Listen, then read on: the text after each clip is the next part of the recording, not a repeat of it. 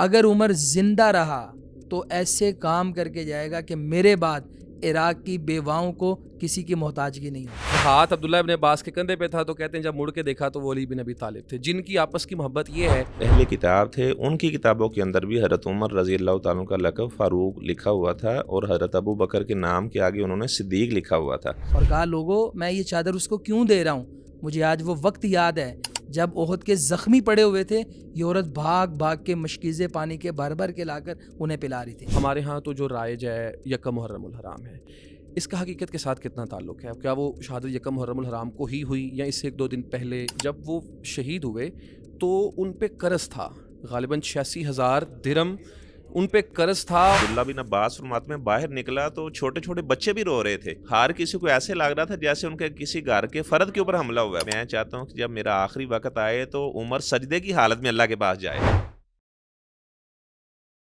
بسم اللہ الرحمن الرحیم، السلام علیکم ناظرین، آپ دیکھ رہے ہیں نہد ڈیجیٹل۔ محرم الحرام سیریز کے ساتھ حاضر خدمت ہے آپ کا ہوسٹ حافظ عرفان شفیق۔ ناظرین، یکم محرم الحرام ہے۔ معروف ہے کہ اس دن سیدنا عمر ابن الخطاب امیر المومنین خلیفہ دوئم رسول اللہ صلی اللہ علیہ وسلم کے سسر، ان کی شہادت ہوئی۔ گو کہ اس کی استنادی حیثیت کیا ہے، تاریخی طور پہ یہ بات ثابت ہے یا نہیں، اس پہ بھی آج کے پروگرام میں بات ہوگی، لیکن چونکہ یہ چیز معاشرے میں معروف ہے، اسی عرف کا لحاظ رکھتے ہوئے آج ہم بات کریں گے سیدنا عمر ابن الخطاب رضی اللہ تعالیٰ عنہ کی شہادت سے متعلق۔ آغاز میں کچھ ان کی سیرت، ان کے فضائل اور ان سے متعلق جو اہم معلومات ہیں وہ بھی آپ تک پہنچائیں گے، لیکن جو بیسک جس چیز کو ہم نے سمجھنا ہے وہ سیدنا عمر ابن الخطاب رضی اللہ عنہ کی شہادت اور اس سے متعلق کچھ تفصیلات ہیں۔ ناظرین، آج کے اس پروگرام میں جو ہمارے ساتھ معزز مہمان ہیں ان میں سب سے پہلے فضیلت الشیخ مفتی اشتیاق معاویہ عریفی، اور دوسرے مہمان ڈاکٹر حافظ عثمان شفیق۔ محترم ڈاکٹر صاحب، آپ تشریف لائے، آپ کا شکریہ۔ ڈاکٹر صاحب آپ کا شکریہ، آپ تشریف لائے۔ ناظرین، سب سے پہلے ہم سیدنا عمر ابن الخطاب رضی اللہ تعالیٰ عنہ کے نام و نسب، ان کے لقب اور ان کا جو بایو ڈیٹا ہے، ان کے جو حالات ہیں، اس سے متعلق ہم کچھ جاننے کی کوشش کریں گے۔ ان کی ازواج، ان کی اولاد سے متعلق، اور ان کا نسب اور لقب کیا تھا، اس بارے میں ہم جانیں گے اپنے مہمان ڈاکٹر اشتیاق معاویہ عریفی صاحب سے۔ محترم ڈاکٹر صاحب، بتائیے گا ذرا سیدنا عمر رضی اللہ تعالیٰ عنہ کا مختصر بایو ڈیٹا کیا تھا؟ سیدنا عمر بن خطاب رضی اللہ تعالیٰ عنہ کی کنیت ابو حفص، یعنی ان کی بیٹی حفصہ رضی اللہ تعالیٰ عنہ کے نام پر انہوں نے ابو حفص اپنی کنیت رکھی تھی۔ نام عمر بن خطاب رضی اللہ تعالیٰ عنہ تھا، لقب فاروق تھا۔ یہ فاروق لقب صرف مسلمان انہیں فاروق کے لقب سے یاد نہیں کیا کرتے تھے، بلکہ جو اہل کتاب تھے ان کی کتابوں کے اندر بھی حضرت عمر رضی اللہ تعالیٰ عنہ کا لقب فاروق لکھا ہوا تھا، اور حضرت ابو بکر کے نام کے آگے انہوں نے صدیق لکھا ہوا تھا۔ یعنی یہ صرف مسلمانوں کے یہ صدیق اور فاروق نہیں ہے، بلکہ اہل کتاب بھی انہیں صدیق اور فاروق کے لقب کے ساتھ یاد کیا کرتے تھے۔ تو اس طرح عمر بن خطاب رضی اللہ تعالیٰ عنہ کا جو نسب نامہ ہے وہ 9ویں پشت پر جا کر کعب بن لؤی پر آپ صلی اللہ علیہ وسلم کے ساتھ بھی جا کر ملتا ہے۔ تو عمر بن خطاب رضی اللہ تعالیٰ عنہ آپ صلی اللہ علیہ وسلم کے فادر ان لا تھے۔ ام المومنین حفصہ بنت عمر رضی اللہ تعالیٰ عنہ آپ صلی اللہ علیہ وسلم کی زوجہ تھی، اور اس طرح جو سیدنا علی رضی اللہ تعالیٰ عنہ ہیں ان کے یہ داماد تھے۔ تو ان کی ازواج کا آپ نے سوال کیا ہے کہ حضرت عمر رضی اللہ تعالیٰ عنہ کی ازواج کتنی تھی، تو جو کتابوں میں ملتا ہے کہ اسلام سے قبل انہوں نے نکاح کیے یا اسلام کے بعد انہوں نے نکاح کیے تو 13 ازواج کا ذکر ملتا ہے، یہ کے بعد دیگرے۔ ٹھیک ہے۔ تو ان میں جو سب سے پہلے ذکر ہے زینب بنت مظعون رضی اللہ تعالیٰ عنہ، عثمان بن مظعون رضی اللہ تعالیٰ عنہ کی یہ بہن تھی، اور دو ان سے حضرت عمر رضی اللہ تعالیٰ عنہ کی جو اولاد ہے عبداللہ بن عمر رضی اللہ تعالیٰ عنہ اور عبد الرحمن بن عمر رضی اللہ تعالیٰ عنہ، اور اس طرح بیٹی حفصہ بنت عمر رضی اللہ تعالیٰ عنہ۔ اس اعتبار سے جو زینب بنت مظعون ہیں یہ رسول اللہ علیہ الصلوۃ والسلام کی ساس ہوئیں، کیونکہ جو حفصہ ہیں ان کی یہ ماں ہیں، حفصہ رسول اللہ علیہ السلام کی بیوی ہیں۔ یعنی آپ صلی اللہ علیہ وسلم کی جو یعنی حضرت عمر رضی اللہ تعالیٰ عنہ کے زینب بنت مظعون سے 2 بیٹے ہیں اور 1 بیٹی ہے، اور اس طرح ام کلثوم بنت جرول ایک ان کی زوجہ تھی، 2 بیٹے تھے ان سے، اور اس طرح ام کلثوم بنت علی رضی اللہ تعالیٰ عنہ یہ بھی حضرت عمر رضی اللہ تعالیٰ عنہ ان کی زوجہ تھی، اور ان سے ان کا ایک بیٹا بھی تھا زید جس کا نام تھا، اور بعض نے ایک بیٹی کا بھی ذکر کیا ہے۔ تو زید ایک قبیلے کے درمیان صلح کروانے کے لیے گئے، واپس آئے، یہ سنن نسائی میں تفصیل ہے، تو ان لوگوں نے راستے میں انہیں شہید کر دیا۔ تو جب ان کی والدہ محترمہ تک یہ خبر پہنچی تو وہ اپنا یہ خبر سنتے ہی وہ بھی وفات پا گئی صدمے کی وجہ سے۔ اور یہ ام کلثوم وہی ہیں جو سیدنا علی رضی اللہ عنہ کی بیٹی ہیں، رسول اللہ علیہ السلام کی نواسی ہیں، سیدہ فاطمہ کی بھی بیٹی ہیں۔ سیدہ فاطمہ رضی اللہ تعالیٰ عنہ کی بیٹی ہیں، دو ان کی بیٹیاں تھیں، بڑی کا نام زینب تھا، وہ عبداللہ بن جعفر رضی اللہ تعالیٰ عنہ ان کی زوجہ تھی، اور یہ جو ام کلثوم بنت علی ہیں یہ امیر المومنین ابو حفص عمر بن خطاب رضی اللہ تعالیٰ عنہ ان کی زوجہ تھی۔ اس سے جو حضرت علی رضی اللہ عنہ کا سیدنا عمر کے ساتھ اور سیدنا عمر کا جو اہل بیت اور سیدنا علی کے ساتھ جو تعلق ہے وہ بھی اس کی بھی ایک بڑی اچھی مثال واضح ہوتی ہے۔ بے شک بے شک، کیونکہ حضرت عمر رضی اللہ تعالیٰ عنہ تو اہل بیت کے ساتھ بڑی خصوصی محبت کیا کرتے تھے۔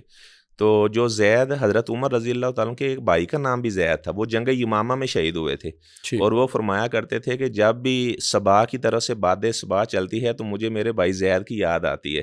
تو انہوں نے ام کلثوم بنت علی سے جو بیٹا پیدا ہوا تو اپنے بھائی کے نام پر اس کا نام بھی زید رکھا تھا۔ تو جب وہ بیٹا شہید ہو گیا تو حضرت ام کلثوم رضی اللہ تعالیٰ عنہ کی بھی، سیدہ ام کلثوم رضی اللہ تعالیٰ عنہ کی وفات ہوئی، تو عبداللہ بن عمر رضی اللہ تعالیٰ عنہ انہوں نے اپنی والدہ کا اور اس طرح اپنے بھائی زید بن عمر کا جنازہ پڑھایا۔ تو اس طرح عاتقہ بنت زید یہ بھی حضرت عمر رضی اللہ تعالیٰ عنہ تو کل ملا کے عمر رضی اللہ عنہ کی جو بیویاں ہیں وہ آپ نے بتایا 13 ہیں، اور کل ملا کے جو ان کی اولاد ہے سارے بیٹیاں بیٹے وہ بھی 13 ہے۔ بالکل ٹھیک ہے، اور ان میں آپ نے ذکر کیا جیسا کہ سیدنا علی رضی اللہ عنہ کی بیٹی بھی ہیں، ایسے 2 لونڈیوں کا ذکر بھی ملتا ہے، لونڈیاں بھی 2 کا ذکر، ٹھیک ہے۔ اس کے علاوہ اب جو بڑی اہم بات ہے سیدنا عمر ابن الخطاب رضی اللہ عنہ کے حوالے سے سمجھنے کی، وہ ان کا قبول اسلام ہے۔ جی بالکل۔ تو ڈاکٹر صاحب آپ یہ بتائیے کہ حضرت عمر رضی اللہ تعالیٰ عنہ کا جو قبول اسلام ہے اس کے کیا اسباب تھے، محرکات کیا تھے، اور وہ اسلام انہوں نے قبول کب کیا؟ یعنی رسول اللہ علیہ والسلام کے اعلان نبوت کا وہ کون سا سال تھا جب انہوں نے اسلام قبول کیا، اور اس کے اسباب و محرکات کیا تھے؟ حضرت عمر رضی اللہ تعالیٰ عنہ کی جتنی بھی شخصیت ہے اور آپ کی زندگی ہے، اور آج بھی ہم جو بیٹھ کے گفتگو کر رہے ہیں ان کی ذات پر، اور انشاءاللہ جنت میں بھی بیٹھ کے ہم ان سے ملاقات کریں گے، اس کی بنیاد اسلام ہے۔ اور حضرت عمر رضی اللہ تعالیٰ عنہ اکثر و بیشتر اسلام کو سب سے بڑی دولت اور نعمت کے طور پہ بیان کرتے تھے۔ بالکل، وہ لوگوں سے کہتے تھے کہ اللہ تعالیٰ نے ہم ذلیل قوم تھے، بکریاں چراتے، اونٹ چراتے، اللہ کا تعارف نہیں تھا، شرک کرتے تھے، اور اللہ نے ہمیں اسلام کی وجہ سے عزت دی، تو اس لیے اعزنا اللہ بالاسلام، اس لیے ہم ان کے اسلام پہ بات کرتے ہیں۔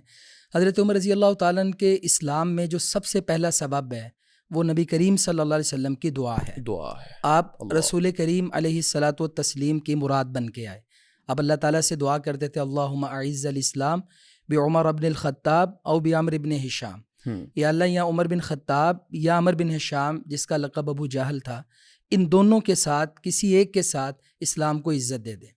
اور بعض روایات میں یہ بھی ملتا ہے کہ نبی صلی اللہ علیہ وسلم صرف خاص عمر بن خطاب کے لیے دعا کرتے اور کہتے اللہ عمر بن خطاب اور یا ان دونوں میں سے جو تجھے سب سے پیارا ہے، تیرا سب سے محبوب ہے، تو اس کے ذریعے مجھے میرے اسلام کو عزت دے دے۔ تو حضرت رسول کریم علیہ السلام کی آپ صرف مراد ہی نہیں تھے بلکہ اللہ تعالیٰ کے ہاں بھی محبوب نظر تھے، اتنے محبوب تھے کہ آپ کی دعا قبول ہوئی اور آپ نے اسلام قبول کیا، اور پھر لوگوں کو عزت ملی اسلام کی وجہ سے، یہاں اسلام کو عزت ملی حضرت عمر رضی اللہ سے۔ اور صحابی بیان کرتے ہیں کہ حضرت عمر رضی اللہ تعالیٰ عنہ کی وجہ سے اعزنا اللہ بالاسلام واعز الاسلام منذ اسلم عمر بن الخطاب۔ بالکل صحیح ہے کہ اللہ تعالیٰ نے ہمیں تو اسلام سے عزت دی، یہ غالباً عبداللہ بن مسعود رضی اللہ عنہ کا قول ہے، اور اسلام کو عزت تب ملی کہ جب حضرت عمر بن خطاب نے اسلام قبول کیا، بالکل وہ مسلمان ہوئے۔ تو ایک تو محرک رسول اللہ علیہ السلام کی دعا ہو گئی، اور اس کے علاوہ کیا محرک تھا؟ اس کے علاوہ ایک ویسے عام طور پہ جب ان کے قبول اسلام کی بات کریں تو یہ غلط العام ہے اور اس کی عوام میں اصلاح ہونی چاہیے کہ لوگ کہتے ہیں کہ وہ قتل کے ارادے سے نکلے اور گھر سے، اس واقعے کی کوئی استنادی حیثیت نہیں ہے، یہ صحیح نہیں ہے۔ سب سے پہلے تو ہمیں اس سے جان چھڑوانی چاہیے، احتراز برتنا چاہیے، ہمیں صحیح بخاری کی طرف جانا چاہیے۔ یعنی محدثین نے قاسم بن عثمان راوی کو انہوں نے کہا کہ لیس بالقوی، یہ راوی قوی نہیں ہے، جس نے یہ بیان کیا کہ وہ قتل کے ارادے سے نکلے تھے اور پھر ارادہ بدل گیا، اور بخاری رحمہ اپنے اللہ بہنوئی وغیرہ کو مارنے کا بھی جس میں ذکر ہے. جی یہ واقعہ یعنی استنادی حیثیت ثابت نہیں ہے، ثابت نہیں ہے بالکل. اس سے احتراز برتنا چاہیے. اور صحیح پھر کیا ہے؟ ایک تو محرک رسول اللہ کی دعا ہے، اور مزید بخاری شریف میں بڑا لمبا واقعہ ہے، میں صرف مختصر عرض کرتا ہوں کہ حضرت عمر رضی اللہ تعالیٰ عنہ کے بارے میں عبداللہ بن عمر فرماتے ہیں کہ آپ بیٹھے ہوئے تھے تو ایک شخص گزرا، تو حضرت عمر رضی اللہ تعالیٰ نے فرمایا کہ یہ جو بندہ گزر رہا ہے نا، یہ بندہ ایسے لگتا ہے کہ جیسے یا تو اس کے اندر کوئی جہالت کی بات ہے یا ابھی بھی جاہلیت پر ہے، یا یہ جہالت میں کاہن تھا. اور عبداللہ بن عمر یہ مثال پیش کر رہے تھے کہ میرے والد اکثر جو بات کہتے تھے ویسے ہی ہوتی تھی. اور کہا جب اس بندے کو قریب کی تائید رسول اللہ کے فرمان سے بھی ہوتی ہے نا کہ اگر کوئی الہام والا شخص ہے تو محدث ہوتا تو وہ عمر ہوتے ہیں. بالکل صحیح. تو اس کے بعد وہ فرماتے ہیں کہ جب وہ بندہ قریب آیا تو اس سے جب بات پوچھی گئی تو اس نے کہا ہاں میں کہانت کیا کرتا تھا. ٹھیک. تو اس نے پھر اپنا ایک واقعہ سنایا. اس نے کہا کہ جب یہ نبی علیہ الصلوۃ والسلام نے اعلان نبوت کیا نا تو ایک جننی میرے پاس آئی اور اس نے کہا کہ جن ہے وہ آج کل بڑے پریشان ہیں. کاہنوں کا ویسے بھی جنات کے ساتھ ایک ریلیشن تعلق ہوتا ہے، اور ویسے بھی جنات ان کو 100 میں سے کوئی ایک آدھ بات ان کی ہاتھ لگتی ہے، وہی بات ان کو دیتے ہیں، اسی سے وہ چورن بیچتے ہیں، اور باقی تو ساری باتیں غلط ہوتی ہیں، ان کی جھوٹ ہی ہوتا ہے. تو کہا کہ اس نے کہا کہ جنات جو ہیں بڑے پریشان ہیں کیونکہ آسمان کے دروازے بند ہیں، انہیں بڑی مار پڑتی ہے، بہت سخت پہرا ہے، اس وجہ سے پریشان ہے. تو عمر رضی اللہ تعالیٰ عنہ فرماتے ہیں کہ ہاں مجھے بھی ایک واقعہ یاد آیا اس بندے کی بات سے، اور یہ بندہ سچ کہہ رہا ہے، یہ جو اس زمانے کی بات کر رہا ہے یہ درست ہے. تو کہا کہ میں بتوں کے پاس اپنے جہالت کے دور میں لیٹا اسی زمانے میں جب کہ یہ واقعہ ہے، تو آپ بھی اپنی ماضی میں چلے گئے اسلام سے قبل.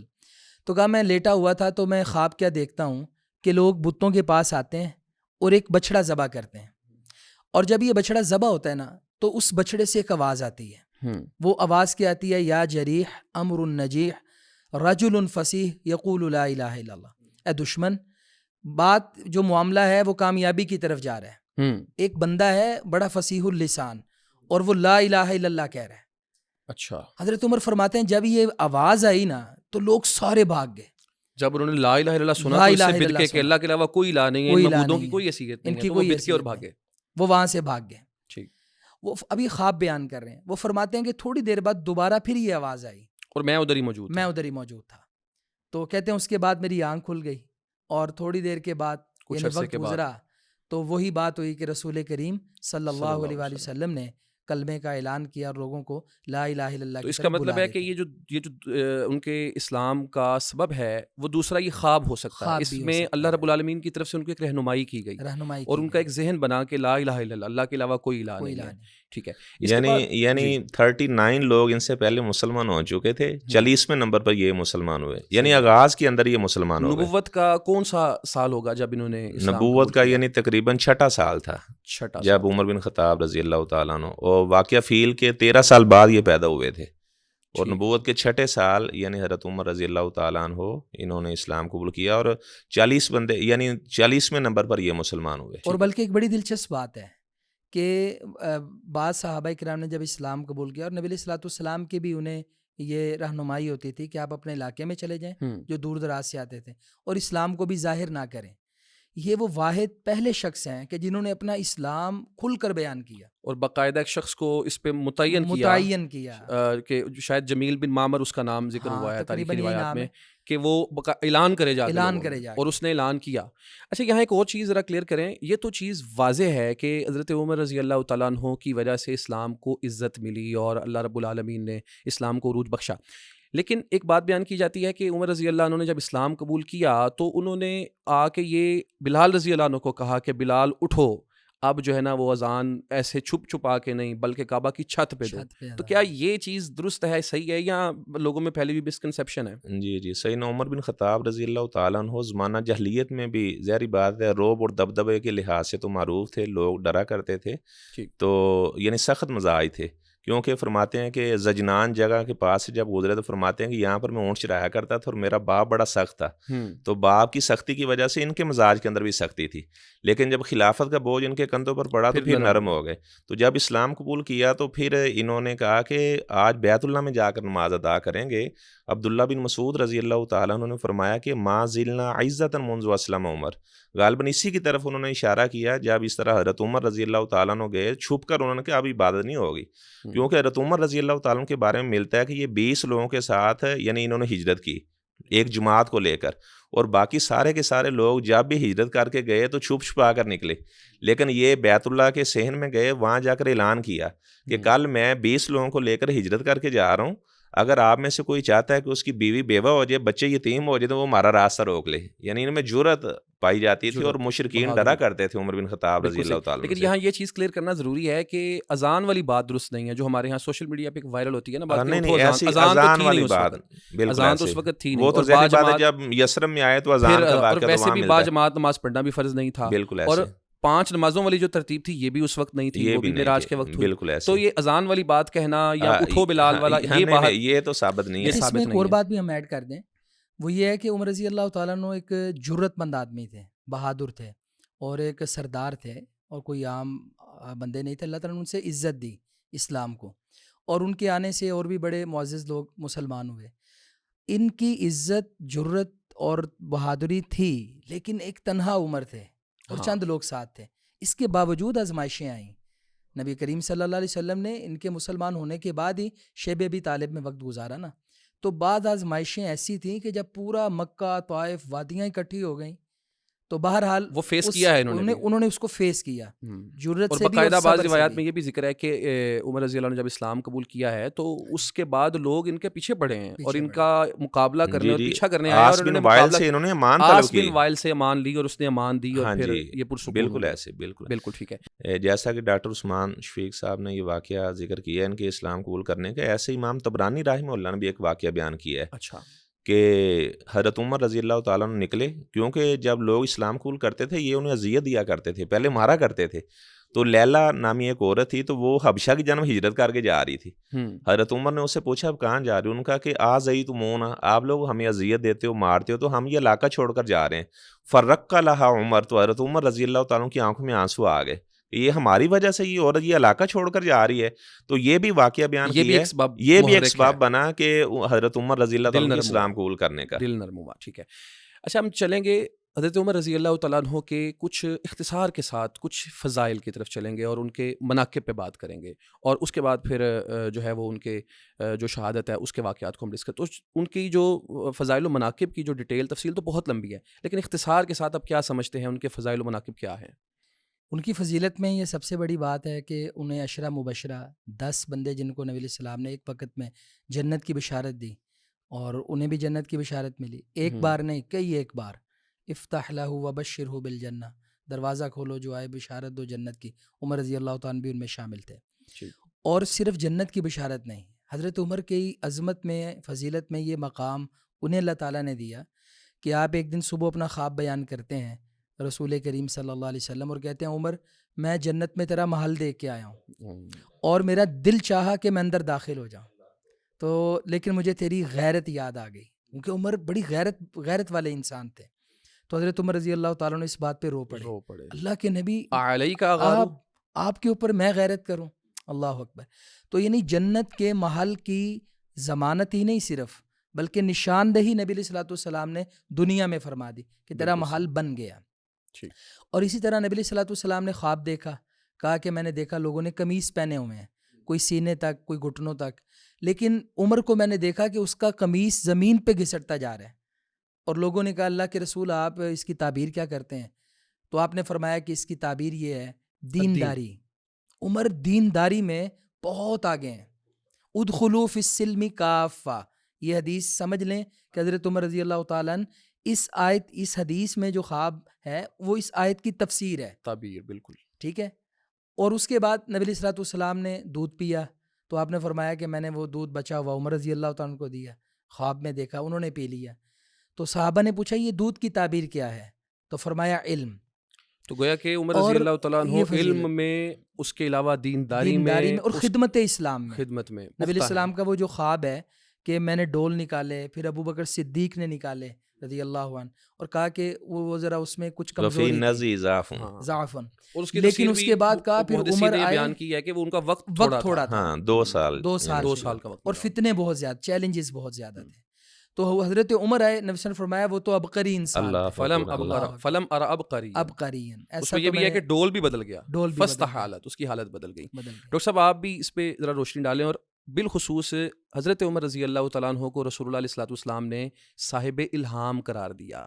مطلب صاحب الہام کوئی بھی ہو سکتا ہے، لیکن عمر رضی اللہ عنہ کو رسول اللہ کی طرف سے یہ کلیریفیکیشن ہے کہ وہ صاحب الہام ہیں. ان کی جو موافقات ہیں، بڑا لمبا ٹاپک ہے، لیکن اختصار سے ذرا بتائیے کہ ان کی جو قرآن مجید سے موافقات ہیں وہ کیا ہیں؟ جی، صحیح البخاری میں یہ روایت موجود ہے. آپ صلی اللہ علیہ وسلم نے فرمایا کہ پہلی امتوں میں محدثون ہوا کرتے تھے، اگر میری امت کے اندر کوئی محدث ہے تو حضرت عمر رضی اللہ تعالیٰ عنہ کو یہ اعزاز اللہ نے بخشا ہے. آپ دیکھیں مقام ابراہیم کے بارے میں انہوں نے کہا لو اتخذنا مقام ابراہیم مصلی، اللہ کے رسول صلی اللہ علیہ وسلم اگر مقام ابراہیم پر نماز پڑھیں تو اللہ تعالیٰ نے یہ آیت نازل فرمائی واتخذوا من مقام ابراہیم مصلی، اور ایک قرات میں یہ ماضی کا لفظ بھی آیا واتخذوا من مقام ابراہیم مصلی، امر کے ساتھ بھی ماضی کے صیغے کے ساتھ، کہ جب حضرت عمر نے یہ مشورہ دیا تو انہوں نے پھر مقام ابراہیم کو نماز کی جگہ بنا لیا. تو اللہ تبارک و تعالیٰ نے حضرت عمر رضی اللہ تعالیٰ عنہ کی موافقت میں یہ والی آیت نازل فرمائی. اور حضرت عمر فرمایا کرتے تھے اللہ کا کتنا بڑا احسان ہے میرے اوپر، وافقنی ربی فی ثلاثین، میری رائے پر اللہ تبارک و تعالیٰ نے میری موافقت کی 3 چیزوں میں. تو فرماتے ہیں میں نے آپ صلی اللہ علیہ وسلم سے کہا اللہ کے رسول صلی اللہ علیہ وسلم لو امرتا نساء کا بالحجاب، اگر آپ اپنی ازواج کو پردے کا حکم دیں، یدخلوا علیک البر والفاجر، بر و فاجر بھی آپ کے پاس سب آتے رہتے ہیں، تو اللہ تبارک و تعالیٰ نے یہ پردے والی یہ یاد نازل فرمائی یا ایھا النبی قل لازواجک و بناتک. یہاں سے یہ بھی میں شبے کا ازالہ کاٹ دوں کہ بنت ان کا لفظ نہیں آیا، بناتی کا جمع کا لفظ آیا، 4 بیٹیوں کی طرف اشارہ ہے. جو کہتے ہیں کہ بیٹی صرف ایک ہے، ان کا رد عیسائی سے ہو رہا ہے، یہ جمع کا لفظ ہے. یا ایھا النبی قل لازواجک و بناتک و نساء المؤمنین یدنین علیہن من جلابیبہن. سیدنا عمر کی خواہش تھی اور اللہ تبارک و تعالیٰ نے پردے والی آیت جو ہے تیسری بات کیا تھی جو اسی حدیث میں ذکر ہے؟ اسی طرح بدر کے قیدیوں کے بارے میں آپ صلی اللہ علیہ وسلم نے مشورہ کیا تو سیدنا ابو بکر صدیق رضی اللہ تعالیٰ عنہ انہوں نے فرمایا کہ فدیہ لے کر چھوڑ دیں، مسلمانوں کی پاور بھی مضبوط ہو جائے گی، اور دوسرا ہمارے بچوں کو یہ پڑھنا لکھنا سکھا دیں گے. اور حضرت عمر رضی اللہ تعالیٰ عنہ سے پوچھا تو وہ فرمانے لگے اللہ کے رسول صلی اللہ علیہ وسلم آپ تلوار دیں، جو میرا رشتہ دار ہے میں اسے اپنی تلوار سے قتل کرتا ہوں، بلکہ اپنے سگے ماموں کو اپنے ہاتھ سے جہنم واصل کر چکے تھے کیونکہ جنگ کے اندر. حضرت عمر رضی اللہ تعالیٰ عنہ فرمان لگے کہ آپ حضرت علی رضی اللہ تعالیٰ عنہ کو تلوار دیں، اپنے بھائی عقیل، وہ بدر میں قیدی بن کر آئے تھے، عقیل بن ابی طالب، وہ ان کا سر اتارے. تو آپ صلی اللہ علیہ وسلم نے حضرت ابو بکر رضی اللہ تعالیٰ عنہ کی رائے کو ترجیح دی اور آپ نے ان سے فدیہ قبول کیا اور انہیں چھوڑ دیا. تو اللہ تبارک و تعالیٰ نے یہ آیت نازل فرمائی ما کان لنبی ان یکون لہ اسرى حتی یسخن فی الارض تریدون عرض الدنیا واللہ یرید الآخرہ واللہ عزیز حکیم. فرمایا کہ تم نے یہ فدیہ لے کر چھوڑ دیا ہے، چاہیے یہ تھا کہ آپ ان کا خون بہا دیتے تو حضرت کمزور ہوتے، پھر ان سے غنیمت والا معاملہ کرتے. تو حضرت عمر رضی اللہ تعالیٰ کی موافقت میں یہ آیت نازل ہوئی. ایسے ایک چوتھی بات کی طرف میں اشارہ کر دوں، جب عبداللہ بن ابی منافق مرا تو اس کا بیٹا عبداللہ صحابی تھا، وہ آپ صلی اللہ علیہ وسلم کے پاس ہے، اللہ کے رسول صلی اللہ علیہ وسلم ان ابی قد مات، میرا باپ مر گیا ہے تو آپ اس کا جنازہ پڑھا دیں. تو آپ صلی اللہ علیہ وسلم نے فرمایا ٹھیک ہے میں جنازہ پڑھا دوں گا. اس نے کہا آپ اپنا کرتا بھی دیں تاکہ میں وہ کرتا اسے پہناؤں تو اس کی برکت سے ہو سکتا ہے اللہ تعالیٰ اسے بھی معاف کر دے. تو آپ صلی اللہ علیہ وسلم کی یہ خواہش تھی کہ تمام کے تمام لوگ جنت میں چلے جائیں. آپ نے فرمایا کہ ٹھیک ہے میں تیرے باپ کا جنازہ پڑھا دوں گا. حضرت عمر کو پتہ چلا تو وہ آئے، اللہ کے رسول صلی اللہ علیہ وسلم آپ اس منافق کا جنازہ پڑھائیں گے، آپ کو اللہ تعالیٰ نے فرمایا استغفر لہم او لا تستغفر لہم، آپ کو ان کے حق میں استغفار کرنا استغفار نہ کرنا برابر ہے. ان تستغفر لہم 70 مرہ فلن یغفر اللہ لہم، اگر آپ 70 بار بھی ان کے لیے بخشش کی دعا کریں گے اللہ انہیں معاف نہیں کرے گا، کیونکہ اللہ اور رسول کے ساتھ وہ کفر کرنے والے ہیں. تو آپ صلی اللہ علیہ وسلم نے فرمایا عمر اللہ تعالیٰ نے مجھے منع نہیں کیا، اللہ نے مجھے اختیار دیا ہے. اگر مجھے یہ یقین ہو جائے کہ 70 بار سے زیادہ اس کے حق میں دعا کرنے سے اللہ اسے معاف کر دے گا، اللہ ضد تو میں 70 بار سے بھی زیادہ کرنے کو تیار ہوں. خیر آپ نے جنازہ پڑھا دیا، اس کو اپنا کرتا پہنایا، لعاب بھی ڈالا. تو اللہ تعالیٰ نے فرمایا ولا تصلی علی احد منہم مات ابدا ولا تقم علی قبری، کہ آئندہ سے آپ نے کسی منافق کا جنازہ بھی نہیں پڑھانا اور آپ نے اس کی قبر پر بھی نہیں کھڑا ہونا. یعنی یہ بھی موافقات عمر میں اس بات کو بھی ذکر کیا جاتا ہے. سبحان اللہ. رسول اللہ علیہ الصلوۃ والسلام کی جو بات وہ بالکل بدرجہ اتم ثابت ہوتی ہے حضرت عمر رضی اللہ عنہ میں کہ آپ صاحب الہام ہیں، بے شک اور بے اس کی شک بہت ساری مثالیں بے شک بے احادیث شک. میں موجود ہیں. ڈاکٹر صاحب، حضرت عمر رضی اللہ تعالیٰ عنہ کا جو دور خلافت ہے 10 سال پہ محیط ہے، اس میں بڑی ڈیٹیل تفصیل بہت کچھ ہے اس میں، لیکن اس کی جو خصوصیات ہیں ان میں سے اختصار کے ساتھ 2 سے 3 پہ آپ روشنی ڈالیں تاکہ ان کا جو دور خلافت ہے اس کی جو خوبیاں ہیں وہ لوگوں کو پتہ چل سکیں. حضرت عمر رضی اللہ تعالیٰ عنہ کی سیرت کا ایک بہت بڑا چیپٹر وہ آپ کی خلافت کا ہے، حکومت کا ہے، اور اس سیرت کے باب نے مسلمانوں کی تشنگی اور یتیمی کو دور کر دی ہے. اب ہمیں کسی سسٹم نظام کی ضرورت نہیں ہے کہ ہم کسی انگریز مغرب کو فالو کریں مغرب کو یا مشرق اس میں کے کسی علاوہ جو نظام کو کسی کو فالو دیگر کریں، نظام ہے. یہ ہمیں ضرورت نہیں رہی. حضرت عمر رضی اللہ تعالیٰ عنہ نے اتنا شاندار کام کیا، نبی علیہ الصلوۃ والسلام کے دین کو اس باب میں عملاً پیش کیا. اور اس کی گواہی ایک انگریز جب حضرت عمر رضی اللہ تعالیٰ عنہ کو پڑھتا ہے تو وہ کہتا ہے کہ اگر عمر 10 سال اور زندہ رہ جاتے تو پوری دنیا میں اسلام کا پرچم لہراتا. اللہ. یہ تو 10 سال زندہ رہے اور 22 لاکھ مربع میل پر حضرت عمر رضی اللہ تعالیٰ نے اسلام کی کا جھنڈا سلطنت کو لہرایا. وسیع کیا. تو یعنی فتوحات یہ آپ کی زندگی کا ایک سنہرا باب ہے. مشرق میں، مغرب میں، شمال و جنوب میں، کیا فارس، کیا مصر، کیا شام، کیا یمن، اور اس سے آگے حضرت عمر رضی اللہ تعالیٰ نے گھوڑے دوڑائے اور مجاہدین اور لشکر روانہ کیے اور اسلام کی دعوت کو پھیلایا، اسلام کو پھیلایا. تو یہ تو ایک خصوصیت ہے. میں چاہتا ہوں کہ اگر ہم ان کی خصوصیت پر بات کریں تو حضرت عمر ایسے حکمران ہیں. آج جیسے ہمارا دور ہے، مہنگائی اتنی زیادہ ہے، لوگ بل پاس کر رہے ہیں، یہ سارے ایم پی اے، ایم این ایز اور اپنے اسمبلیوں میں یہ اشرافیہ آئی ایم ایف کے ساتھ مل کر اپنے آپ کو ہی سارے فنڈز کنورٹ کرتا جا رہا ہے، اور عوام بیچاری یہ 200 یونٹ کے حساب و کتاب میں 24 گھنٹے میں پڑی ہوئی ہے. بالکل صحیح ہے. تو جب ہم اس قسم پرسی کے دور میں دیکھتے ہیں اور ان حکمرانوں کے جبر، ظلم و ستم کو دیکھتے ہیں اور ان کے اندر احساس ہی نہیں جیسے غریب ایک عوام کا، تو پھر ہمیں حضرت عمر بہت یاد آتے ہیں. آپ کی مثال ایک تو اقربا پروری نہیں تھا، آپ کی زندگی میں نیپوٹزم نہیں تھا. مثلاً بخاری شریف کی حدیث ہے کہ بہت خوبصورت چادریں آئیں تو وہ تقسیم ہونے لگیں. حضرت عمر رضی اللہ تعالیٰ نے عورتوں کے درمیان وہ تقسیم کی. تو لوگوں نے کہا کہ یہ جو ایک چادر بچ گئی ہے آپ اسے اعطی بنت رسول اللہ التی عندک، اللہ کے رسول کی جو بیٹی ہے نا، وہ کون ہے؟ حضرت علی رضی اللہ. صحابی کہتے ہیں یریدون ام کلثوم بنت علی، یہ ام کلثوم بنت علی کی نواسی بات کو ہو رہی بیٹی تھی. کہہ رہے ہیں رسول اللہ کی. اسے نواسی کو نبی صلی اللہ علیہ وسلم کی بیٹی کہہ رہے ہیں. تو انہوں نے کہا یہ چادر اس کو دے دیں. حضرت عمر رضی اللہ تعالیٰ ہوتے تو فوراً پہنچا دیتے، اور بلکہ ایسے لوگوں کو داد دیتے. آج کل ہماری جماعتوں میں اور ہمارے حکمران طبقے میں باقاعدہ شاباش ملتی ہے، سائڈوں پہ لوگ بیٹھ کے نواز رہے ہوتے ہیں نا، ایسے مشورے دے رہے ہوتے ہیں، اس پہ بڑی شاباش ملتی ہے. تو یہ ضرب ایسی باتوں پر. حضرت عمر رضی اللہ کا کردار دیکھیں. آپ نے کہا نہیں، ام سلیت وہ عورت مدینے میں انصار کی عورت، یہ چادر اس کے گھر بھیج دو. اور کہا لوگوں میں یہ چادر اس کو کیوں دے رہا ہوں، مجھے آج وہ وقت یاد ہے جب احد کے زخمی پڑے ہوئے تھے، یہ عورت بھاگ بھاگ کے مشکیزے پانی کے بھر بھر کے لا کر انہیں پلا رہی تھی. اللہ اکبر. یعنی عمر ایک رضی اللہ عنہ حکمران کا جہاں یہاں پہ اقربا پروری سے بچنا سمجھ بچنا آتا ہے، وہیں پہ ان کی جو لیڈرشپ ہے اور اس کی جو خوبی ہے کہ کتنی پرانی بات، اور قربانیاں دینے والے لوگوں کا کیا انہوں نے لحاظ رکھا ہے کہ وہ سمجھا کہ یہ زیادہ حقدار یہ ہے، زیادہ بھولے نہیں ہیں ان کو. جی عام طور پہ تو ایسا ہوتا ہے نا کہ اچھے حالات میں لوگ بھول جاتے ہیں ماضی میں کیا ہوا، اور ایسے جو اولین دور کے ساتھی ہوتے ہیں ان کو بالکل اس میں 2 واقعات بڑے اختصار کے ساتھ یہ بھی بخاری سے پیش کروں گا. حضرت عمر رضی اللہ تعالیٰ کا ایک غلام تھا، اس کا نام میرے ذہن سے نکل گیا، وہ ایک اجمی غلام تھا، نام بھی بڑا اس کا مشکل تھا. تو اس کو سرکاری چراگاہوں پہ آپ نے مقرر کیا، اور آپ نے کہا کہ ان چراگاہوں میں اگر جانور چرانے کا حق ہے تو غریبوں کا ہے. اور یاد رکھنا عثمان بن عفان اور عبد الرحمن بن عوف کے جانور نہ قریب بھی ہیں، وہ پہلے ہی بڑے مالدار ہیں. کہا اگر ان کے جانور ہلاک بھی ہو جائیں گے نا چارہ نہ ملنے سے، انہیں ذبح بھی کرنے پڑیں تو ہو جائیں، ان کے پاس اور بھی بڑا مال ہے. جبکہ ان غریبوں کا گزر بسر صرف ان جانوروں پر ہے. اس کا مطلب ہے کہ عمر رضی اللہ تعالیٰ عنہ نے ہمارے ہاں جو چلتا ہے سب کچھ جو اس کی ہم بات کر رہے تھے کہ اشرافیہ کی طرف اشرافیہ، غریب کو غریب سے زمینیں الاٹ کرنا، نیچے لاؤ اور اپنا امیر کو امیر سے اوپر کرو. ہاں یہاں پہ قیمتی زمینیں اپنے رشتہ داروں کو الاٹ کرنا، آپس میں بانٹ لے. جو حکومت ملی ہوئی ہے 4 دن کی، عہدے ملے ہوئے ہیں، لے لو جو لیتے ہو، جو الاٹمنٹ کروانا چاہتے ہو وہ کروا لو.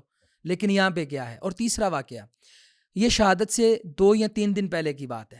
حضرت عمر رضی اللہ تعالیٰ عنہ مسجد نبوی سے ایسے باہر نکلے، حج کر کے واپس پلٹے تھے، اور آپ نے ایسے نظر دوڑا کے دیکھا تو 2 صحابہ پہ نظر پڑی. انہیں آپ نے عراق میں بھیجا تھا، ٹھیک، اور ان میں ایک حذیفہ بن یمان تھے رضی اللہ تعالیٰ عنہ. تو آپ نے ان سے پوچھا کہ عثمان بن حنیف تھے، جزاک اللہ. تو آپ نے ان سے پوچھا کہ مجھے یہ بتاؤ کہ وہ جو عراق کی زمینیں ہیں ان کے اوپر محصول کتنا لگایا ہے وہ مقامی لوگوں پر؟ تو انہوں نے کہا ہم نے اتنا لگایا ہے. تو حضرت عمر رضی اللہ عنہ نے فرمایا تھوڑی دیر سوچنے کے بعد دیکھنا کہیں وہاں کے غریب لوگوں کے اوپر یہ ظلم تو نہیں ہوگا. انہوں نے کہا نہیں، زیادتی نہیں ہے، ہم نے دیکھ کر وہ جتنا بنتا ہے اتنا لگایا ہے. پھر دوبارہ حضرت عمر یہی بولے دیکھ لینا یہ کہیں ان کے اوپر زیادتی تو نہیں. کہا نہیں زیادتی نہیں. پھر عمر رضی اللہ عنہ نے کہا کہ اگر عمر زندہ رہا تو ایسے کام کر کے جائے گا کہ میرے بعد عراق کی بیواؤں کو کسی کی محتاجگی نہیں ہوگی. اللہ، ایسے پروجیکٹ لانچ کر کے جاؤں گا کہ میری ذات اور میرے خاندان امیر نہیں ہوں گے، ان کے بینک بیلنس نہیں بڑھیں گے. فکر عمر کو کن کی ہے؟ اپنے بیٹوں کی، خاندانوں کی نہیں. فقراء اور مساکین. کہاں مسجد نبوی، کہاں ہزاروں میل پر عراق، اور عمر ان کی بیواؤں کے لیے تڑپ رہا ہے. آج ایسے حکمران ہیں کہ وہ پی ایم ہاؤس میں اور پریزیڈنٹ ہاؤس میں بیٹھ کر ان غریبوں کے لیے تڑپیں. تو یہ ہمارے حکمرانوں کے لیے، سیاستدانوں کے لیے، عمراء کے لیے حضرت عمر رضی اللہ عنہ کی خلافت و حکومت کا ایک بڑا سنہرا باب ہے.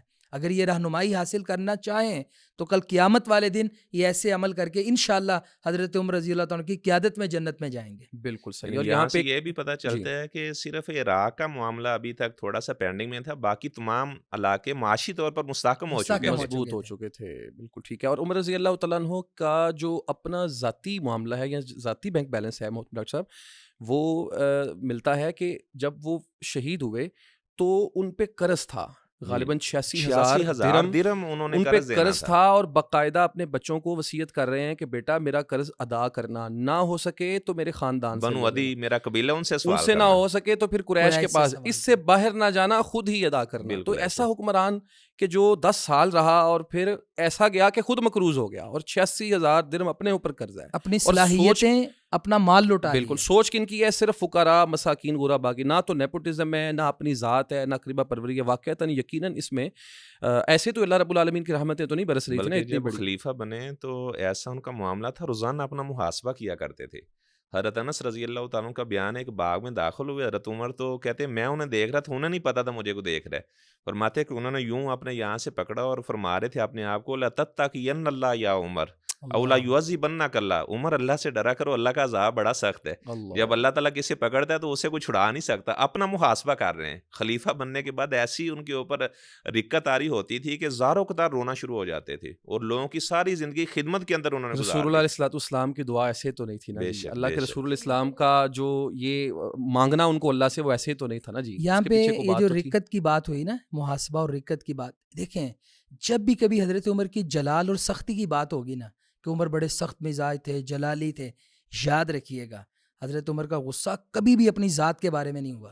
بالکل بھائی ان کا جلال، ان کی غیرت یا اتباع قرآن میں تھی، یا اتباع سنت میں تھی، یا اسلام کے نفاذ میں تھی. یہ عمر کا کوئی ذاتی مسئلہ کسی سے نہیں تھا کہ وہ غصے میں اپنی ذات کے لیے آگے، اپنے بچوں کے لیے آگے. جب بھی عمر غیرت و جلال میں آئے ہیں، وہ آئے ہیں اللہ کے قرآن کے نفاذ کے لیے. کسی نے نبی صلی اللہ علیہ وسلم کی ذات یا آپ کی بات کو پسے پوچھ ڈالنے کی کوشش کی، وگرنہ یا کوئی قانون توڑا گیا، وائلیشن ہوئی، وگرنہ عمر بڑے رقیق القلب تھے. اللہ سے ڈرنے والے. جیسے وہ حاتم بن ابی بلتہ رضی اللہ تعالیٰ عنہ، انہوں نے راز آؤٹ کر دیا تو وہاں پر انہوں نے غصہ کیا، قانون کی خلاف ورزی ہوئی تو انہوں نے کہا کہ مجھے اجازت. اچھا، یہاں حضرت عمر رضی اللہ عنہ کی جو خلافت ہے، ان کی جو خصوصیات اور خوبیاں ہیں، ایک بہت لمبا ٹاپک ہے. میں چاہوں گا کہ عمر رضی اللہ عنہ کی شہادت کی طرف ہم چلتے ہیں. ڈاکٹر صاحب آپ ذرا کچھ ان محرکات یا اسباب کا ذکر کریں جو عمر رضی اللہ عنہ کی شہادت کا باعث بنے. ایک تو بالکل وہ ہے نا کہ رسول اللہ علیہ الصلوۃ والسلام نے آپ کو شہید کی ہونے کی بشارت اپنی زندگی میں بشارت دے دی، بشارت دی، اور آپ کی دعا بھی تھی. بالکل اس پہ ذرا میں چاہوں گا تھوڑا روشنی ڈالیے. جی، آپ صلی اللہ علیہ وسلم اپنی زندگی میں ان کو شہادت کے وصف سے آپ صلی اللہ علیہ وسلم نے متصف فرما دیا تھا. احد پہاڑ پر آپ صلی اللہ علیہ وسلم کھڑے تھے، فتحرک الجبل، تو وہ پہاڑ حرکت کرنے لگا. آپ نے فرمایا اثبت احد پہاڑ ٹھہر جا، فانما علیک نبی و صدیق و شہیدان، آپ کے اوپر ایک اللہ کے نبی کھڑے ہیں اور ایک صدیق کھڑے ہیں. بعض ایسے لوگ ہیں جو حضرت صدیق رضی اللہ تعالیٰ کا لقب ایسے موضوع من گڑت روایت سے کسی اور کی طرف منسوب کرتے ہیں. آپ صلی اللہ علیہ وسلم نے خود حضرت ابوبکر کو صدیق قرار دیا ہے اور فرمایا کہ 2 شہید کھڑے ہیں، حضرت عثمان رضی اللہ تعالیٰ عنہ کھڑے تھے اور حضرت عمر رضی اللہ تعالیٰ عنہ کھڑے تھے. آپ ان کی شہادت کی طرف اشارہ کیا. بالکل. تو حضرت عمر رضی اللہ تعالیٰ عنہ کی شہادت کا واقعہ 37 یعنی 3700 نمبر روایت پر امام بخاری رحمہ اللہ نے حضرت عمر رضی اللہ تعالیٰ کی شہادت کا واقعہ امیر المومنین فی الحدیث امام بخاری رحمہ اللہ نے تفصیل کے ساتھ ذکر کیا ہے. اچھا، محرکات میں ایک تو چیز جو آپ نے حدیث پیش کی کہ رسول اللہ کی بشارت تھی، اور پھر ان کی اپنی دعا بھی تھی، وہ اللہ رب العالمین سے دعا بھی کیا کرتے تھے، شہادت مانگا کرتے تھے. اور پھر ایک تیسرے نمبر پہ حذیفہ بن یمان رضی اللہ عنہ کی جو ایک بڑی ڈیٹیلڈ اور تفصیلی روایت ہے جس میں انہوں نے فتنوں کا ذکر کیا، اور اس میں انہوں نے بتایا کہ فتنوں کے آگے ایک دروازہ ہے اور وہ دروازہ جب ہٹے گا تو پھر فتنے آ جائیں گے. تو عمر رضی اللہ عنہ خود پوچھا کہ دروازہ کھولا جائے گا یا توڑا جائے گا؟ ان کا وہ توڑا جائے گا. تو حضرت عمر نے کہا کہ فتن ان کا، آپ تو فتنوں کے آگے دروازہ ہیں، انہوں نے اشارہ کیا. اور پھر عمر رضی اللہ عنہ کی شہادت کے بعد لوگوں نے پوچھا حذیفہ کو کہ عمر رضی اللہ عنہ کو پتا تھا کہ یہ دروازہ وہ ہیں؟ تو کہنے لگے جس طرح دن کے بعد رات یا رات کے بعد دن کا ان کو پتا تھا نا، اسی طرح ان کو اس بات کا یقین تھا وہ دروازہ میں ہی ہوں. تو رسول اللہ علیہ الصلوۃ والسلام کی بشارتیں اور آپ کی طرف سے ان کو نامزد زندگی میں کیا گیا تھا اور ان کی اپنی خواہش بھی تھی. اچھا، عمر رضی اللہ عنہ کی شہادت سے پہلے کے کچھ واقعات ملتے ہیں کہ جس میں ان کو آثار دکھائی دینے لگے اور ان کو محسوس ہونے لگا کہ میرا وقت جو ہے وہ قریب آ چکا. وہ اس کی ذرا تھوڑی وضاحت کر. جی، حضرت عمر رضی اللہ فرماتے ہیں کہ میں نے خواب دیکھا کأن دیکا ناکرنی نکرتن او نکرتین او ثلاث نکرات، کہ ایک سرخ رنگ کا مرغ ہے، اس نے مجھے 1 ٹھونگا یا 2 ٹھونگے یا 3 ضربیں لگائی ہیں. تو یعنی حضرت عمر رضی اللہ تعالیٰ کو اشارہ بھی ہو گیا تھا.